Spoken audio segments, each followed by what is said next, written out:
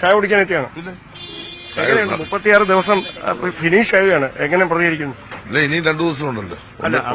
അല്ല ഔദ്യോഗികമായി പ്രഖ്യാപിച്ച യാത്ര ഇന്നുകൊണ്ട് അവസാനിക്കുകയാണ്. വലിയ തരത്തിലുള്ള പ്രതിഷേധങ്ങൾ തിരുവനന്തപുരത്ത് പാറശാലയിലും നേമത്തും അടക്കമുണ്ടായി. ഇന്നും അത്തരത്തിലുള്ള പ്രതിഷേധങ്ങൾ ഉണ്ടാകുമെന്നാണ് പറയുന്നത്. അപ്പോൾ അതിനെ എങ്ങനെ നേരിടാനാണ് സർക്കാരിന്റെ ഭാഗത്തുനിന്നുണ്ടാകുന്ന തീരുമാനം? അല്ല, പ്രതിഷേധത്തിന്റെ കാരണം ഞങ്ങൾക്ക് ലഭിച്ച ജനപിന്തുണയാണ്. ഇത് ഞങ്ങള് നവംബർ മാസം 18-ാം തീയതി ആരംഭിക്കുമ്പോൾ എല്ലാവരെയും സഹകരിപ്പിച്ചുകൊണ്ടുള്ള ഒരു പരിപാടിയാണ് ഉദ്ദേശിച്ചത്. എന്തിനാണോ അവർ ബഹിഷ്കരിക്കുമെന്ന് പറഞ്ഞതിന്റെ കാരണം ഇതുവരെ വിശദീകരിച്ചിട്ടില്ല. ഞങ്ങൾ ഇപ്പോഴോട് ചോദിക്കുന്നത്, എന്തിനാണ് നിങ്ങൾ നവകേരള സദസ്സ് ബഹിഷ്കരിച്ചത്?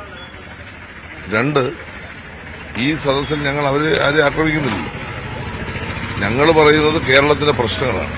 കേരളത്തോട് കേന്ദ്രം കാണിക്കുന്ന അവഗണന, കേരളത്തിന് ലഭിക്കേണ്ട ഏതാണ്ട് 60,000 കോടി രൂപ ഈ വർഷം തരാതെ സംസ്ഥാനത്തെ ശ്വാസം മുട്ടിക്കുന്ന പ്രശ്നം, അതുപോലെ തന്നെ നവകേരള സൃഷ്ടിക്ക് വേണ്ടി 7.5 വർഷം ചെയ്ത പ്രവർത്തനങ്ങളോടൊപ്പം ചേർക്കേണ്ടത് എന്തൊക്കെയാണ് എന്ന് കേരളത്തിലെ അങ്ങേയറ്റം മുതൽ ഇങ്ങേയറ്റം വരെയുള്ള ജനങ്ങളുമായിട്ടുള്ള ആശയവിനിമയം, അതുപോലെ തന്നെ ജനങ്ങളുടെ പരാതികൾ, ഇതിലേതാണ് പ്രതിപക്ഷത്തിന് സഹിക്കാൻ പറ്റാത്ത കാര്യം?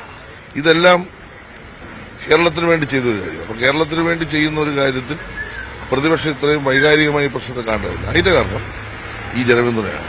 ഞങ്ങൾ പ്രതീക്ഷിച്ചതിനപ്പുറത്തേക്കുള്ള ജനപിന്തുണയും ജനങ്ങളുടെ സാന്നിധ്യമാണ്. അപ്പൊ സ്വാഭാവികമായിട്ടും പലതരത്തിലുള്ള ഇടപെടൽ പ്രതിപക്ഷം നടത്തി. ബഹിഷ്കരിച്ചു, വാഹനത്തിലെത്തുന്നു, കരിങ്കൊടി കാണിച്ചു, വണ്ടിയുടെ മുമ്പ് ചാടി മരിക്കാൻ വന്നു, മന്ത്രിമാരെ ആക്ഷേപിച്ചു, ഒരുപാട് കാര്യങ്ങൾ ചെയ്തു. അവര് രാഷ്ട്രീയം പറഞ്ഞപ്പോൾ ഞങ്ങൾ ചില രാഷ്ട്രീയ കാര്യങ്ങൾ ഞങ്ങൾ പറഞ്ഞു. ഒരു കാര്യം ഇതിനിടയിൽ ചോദിക്കുകയാണ്. ഇന്നലെ ഈ പ്രതിപക്ഷ കക്ഷികൾ മാത്രം ഉന്നയിച്ചിരുന്ന വിമർശനം ഇന്നലെ സെക്രട്ടേറിയറ്റിന് മുമ്പില് കത്തോലിക്ക കോൺഗ്രസിന്റെ ഒരു മാർച്ച് സമാപിച്ചു. അവിടെ ചങ്ങനാശ്ശേരി അതിരൂപത ആർച്ച് ബിഷപ്പ് ജോസഫ് പെരുന്തോട്ടം ഈ സർക്കാരിനെതിരെ ചില രൂക്ഷമായ വിമർശനങ്ങൾ നടത്തി. അദ്ദേഹം എടുത്തു പറഞ്ഞ കാര്യം, ഈ കർഷകരുടെ പ്രശ്നങ്ങൾ പരിഹരിക്കുന്നതിൽ വാഗ്ദാനങ്ങൾ നൽകുന്നതിനപ്പുറത്തേക്ക് പരിഹാരം കാണാൻ കഴിയാതെ പോകുന്ന സാഹചര്യമുണ്ടെന്നാണ്. അപ്പോൾ അത്തരത്തിലുള്ളൊരു വിമർശനങ്ങൾ അവിടെ നിന്ന് ഉയരുന്ന ഒരു പശ്ചാത്തലം കൂടി വരുമ്പോൾ അതിനൊരു പ്രതിപക്ഷ വിമർശനം മാത്രമായി കരുതി അങ്ങ് തള്ളിക്കളയാൻ കഴിയും. പെരുന്തോട്ടം പിതാവ് നമ്മുടെ പ്രഭാത യോഗത്തിൽ പങ്കെടുത്തതല്ല. അദ്ദേഹം എനിക്ക് എന്റെ ഓർമ്മ ശരിയാണെങ്കിൽ 10ഓളം കാര്യങ്ങൾ ആ പ്രഭാത യോഗത്തിൽ ഉന്നയിച്ചു. കൃഷിക്കാരുടെ പ്രശ്നം ഉന്നയിച്ചു, സമൂഹത്തിലെ എല്ലാ വിഭാഗം ആളുകളുടെയും പ്രശ്നം ഉന്നയിച്ചു. വളരെ നന്നായി ബഹുമാനപ്പെട്ട മുഖ്യമന്ത്രി ഓരോന്നിനും മറുപടി പറഞ്ഞു. അതിൽ അദ്ദേഹം ഉന്നയിച്ച പ്രശ്നങ്ങൾ സംസ്ഥാനം ചെയ്യേണ്ട കാര്യങ്ങൾ ചെയ്യും എന്ന് പറഞ്ഞു. എന്നാൽ കേന്ദ്രത്തിന്റെ സഹായവും പിന്തുണയും ആവശ്യമുള്ള പദ്ധതികളുണ്ട്. ഇപ്പോൾ ഉദാഹരണം റബ്ബർ കൃഷിക്കാരുടെ പ്രശ്നം അടക്കമുള്ള വിഷയത്തിൽ നമുക്ക് ചെയ്യാവുന്ന ചെയ്തിട്ടുണ്ട്. ഇപ്പോൾ 175 നമ്മളത് വർദ്ധിപ്പിച്ചു. എന്നാൽ അത് 200 ആക്കണം എന്ന് പറയുമ്പോൾ 250 ആക്കണം എന്ന് പറയുമ്പോൾ അതിന്റെ സാമ്പത്തികമായ ഭാഗം കേന്ദ്രം കൂടി സഹായിക്കണം. ഇത്തരത്തിലുള്ള എല്ലാ പ്രശ്നങ്ങളും അവിടെ അദ്ദേഹം പറഞ്ഞിട്ടുണ്ട്. ഒരാൾക്കും ഗവൺമെന്റിനെ വിമർശിക്കേണ്ടതെന്ന് ഞങ്ങൾ പറഞ്ഞിട്ടില്ല. ഗവൺമെന്റ് ചെയ്ത പ്രവർത്തനങ്ങൾ ഞങ്ങൾ ജനങ്ങളോട് പറയുന്നതിനാണ്. അവർക്ക് ആവശ്യമായ നിർദ്ദേശങ്ങളും വിമർശനങ്ങളും പറയാൻ വേണ്ടിയാണ്. അതിനാണ് 140 മണ്ഡലങ്ങളിലും MLA-മാർ അധ്യക്ഷന്മാരായിരിക്കണം. കക്ഷി രാഷ്ട്രീയ ഭേദമില്ലേ, അഭിപ്രായങ്ങൾ പറയട്ടെ. അപ്പൊ പെരുന്തോട്ടം പിതാവിന് മാത്രമല്ല, പ്രതിപക്ഷ MLA-മാർക്ക് ഉന്നയിക്കാം, ഈ നാട്ടിലെ സാധാരണക്കാർക്ക് ഉന്നയിക്കാം. ഞങ്ങൾ പോയ പ്രഭാത യോഗങ്ങളിലെല്ലാം ഉന്നയിച്ചല്ലോ. എത്രയോ രൂക്ഷമായ വിമർശനങ്ങൾ വന്നു. സർക്കാർ ചെയ്ത ഇന്ന കാര്യം, ഇന്നത് മാറ്റണം, ഇന്നത് ചെയ്യണം എന്ന് പറഞ്ഞില്ല. അപ്പൊ ഇതൊന്നും ഞങ്ങൾക്ക് യാതൊരു വിധമായ വ്യത്യസ്ത അഭിപ്രായ കാര്യത്തിലില്ല. അപ്പോൾ കത്തോലിക്ക കോൺഗ്രസോ അല്ലെങ്കിൽ BJP-യോ ആരാണേലും ഉന്നയിക്കട്ടെ. പക്ഷെ എന്തിനാണ് സംഘർഷം ഉണ്ടാക്കുക? ഉന്നയിക്കുന്ന പ്രശ്നങ്ങളെ സംബന്ധിച്ചിടത്തോളം ഞങ്ങൾക്ക് മറുപടി ഉണ്ടാവും. പരിഹരിക്കാൻ കഴിയുന്നതാണെങ്കിൽ ഞങ്ങൾ പരിഹരിക്കാൻ ഇടപെടും. ഞങ്ങൾ കേരളത്തിന് വേണ്ടിയാണല്ലോ പ്രവർത്തിക്കുന്നത്, കേരളത്തിനെതിരായിട്ടല്ലല്ലോ.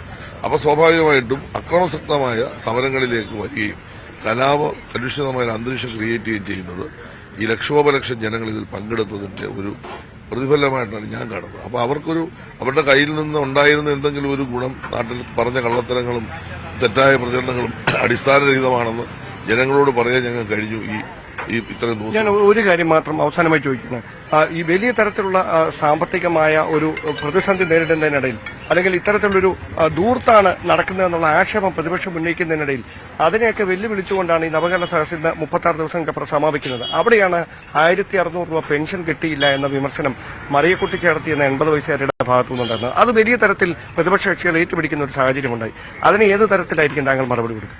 ഒന്നാമത് നിങ്ങൾ ചോദിച്ചത് ദൂർത്തല്ല.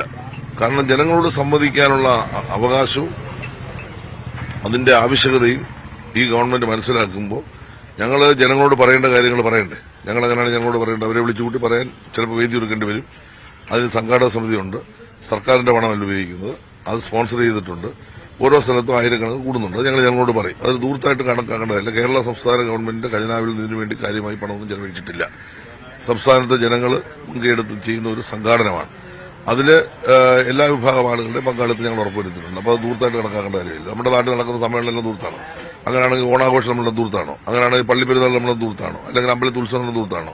അല്ലെങ്കിൽ നിങ്ങളിപ്പോൾ നിൽക്കുന്ന മാനവീയ വീതിയിൽ നടക്കുന്ന കലാപരിപാടികൾ ദൂരത്താണോ? സംസ്ഥാനത്തിന്റെ ആവശ്യങ്ങൾക്ക് വേണ്ടി പലതും നമ്മൾ ചെയ്യും. അതെല്ലാം നമ്മുടെ പൊതു ചെലവിന്റെ ഭാഗമായിട്ട് നമ്മൾ കണക്ക് കൂട്ടാറുണ്ട്. അതിൽ പരമാവധി ചെലവ് കുറച്ചാണ് കേരളീയം നടത്തിയതും ഇപ്പോൾ നമ്മൾ നവകേരള സദസ്സാണ്. ഒന്നാമത്തെ കാര്യം. രണ്ടാമത്തെ കാര്യം, സാമ്പത്തിക പ്രതിസന്ധി ഉണ്ടെന്ന് മറിയക്കുട്ടി പോലുള്ളവർ പറയുമ്പോൾ അതിന്റെ പിന്നിലുള്ള രാഷ്ട്രീയമാണ്. അതാണ് നമ്മൾ കാണേണ്ടത്. എന്താണെന്ന് ചോദിച്ചു കഴിഞ്ഞാൽ, നമ്മുടെ ഗവൺമെന്റ് വരുമ്പോൾ 18 മാസം കുടിശ്ശികയായിരുന്നു. ആ 18 മാസത്തെ കുടിശ്ശിക കൊടുത്തു തീർത്ത് ഈ അവസാന നിമിഷം വരെയുള്ള പണവും കൊടുത്തു. ഇനിയും 2-3 മാസം കുടിശ്ശികയാണ് കൊടുക്കാനുള്ളത്. അതിപ്പോൾ കൊടുക്കും. അപ്പോൾ അങ്ങനെ മറിയക്കുട്ടിക്ക് അടക്കം കേരളത്തിൽ പെൻഷൻ കൊടുക്കാൻ മുൻകൈയെടുത്ത് 62 ലക്ഷം ആക്കാണ്. അതിന് കോടാനുകൂടി രൂപ വേണം. ഈ മറിയക്കുട്ടിക്ക് 600 രൂപയിൽ നിന്ന് ഉമ്മൻചാണ്ടി കൊടുത്തതിൽ നിന്ന് ഞങ്ങൾ 1600 എത്തിച്ചു. ഉമ്മൻചാണ്ടി 100 രൂപയാണ് വർദ്ധിപ്പിച്ചത്. 500 രൂപ VS ഗവൺമെന്റ് കാലത്താണ് വന്നത്. അതിൽ 100 രൂപയാണ് ഉമ്മൻചാണ്ടി സാർ വർദ്ധിപ്പിച്ചത്. 1600 എത്തി സമയബന്ധിതമായി കൃത്യമായി കൊടുത്തു. എവിടെയാണ് പ്രശ്നം വന്നത്? സംസ്ഥാനത്തിന് ലഭിക്കേണ്ട പണം കേന്ദ്രം തരുന്നില്ല. ചിലപ്പോൾ ഇനി കുടിശ്ശിക വരും, ചിലപ്പോൾ ശമ്പളത്തിന് കുടിശ്ശിക വരും, വികസന പ്രവർത്തനം തടസ്സപ്പെടുത്തുന്നു. അപ്പൊ കിബി എടുത്ത പണം അത് പൊതുകടമായിട്ട് അംഗീകരിച്ച് വന്നതോടുകൂടി സംസ്ഥാനത്തിന്റെ വികസനത്തെയാണ് തടസ്സപ്പെടുന്നത്. ഈ പ്രശ്നം എന്തുകൊണ്ട് അഡ്രസ് ചെയ്യുന്നില്ല?